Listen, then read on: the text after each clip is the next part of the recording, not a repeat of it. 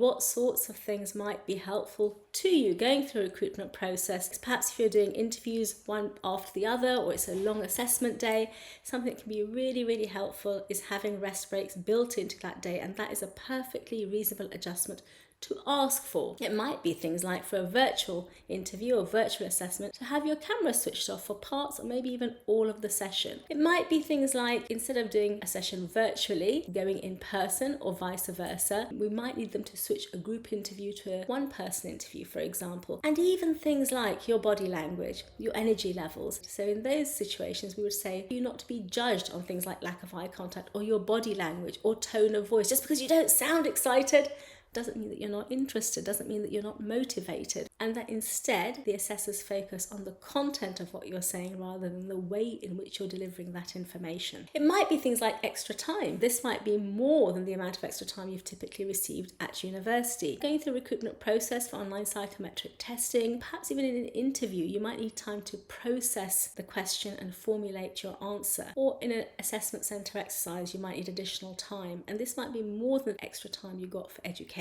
You might want to participate in an alternative way. You might need a different kind of test. You might need a different way in which you're being interviewed. So these are all alternative formats of assessments that happen in recruitment that are reasonable for you to ask for.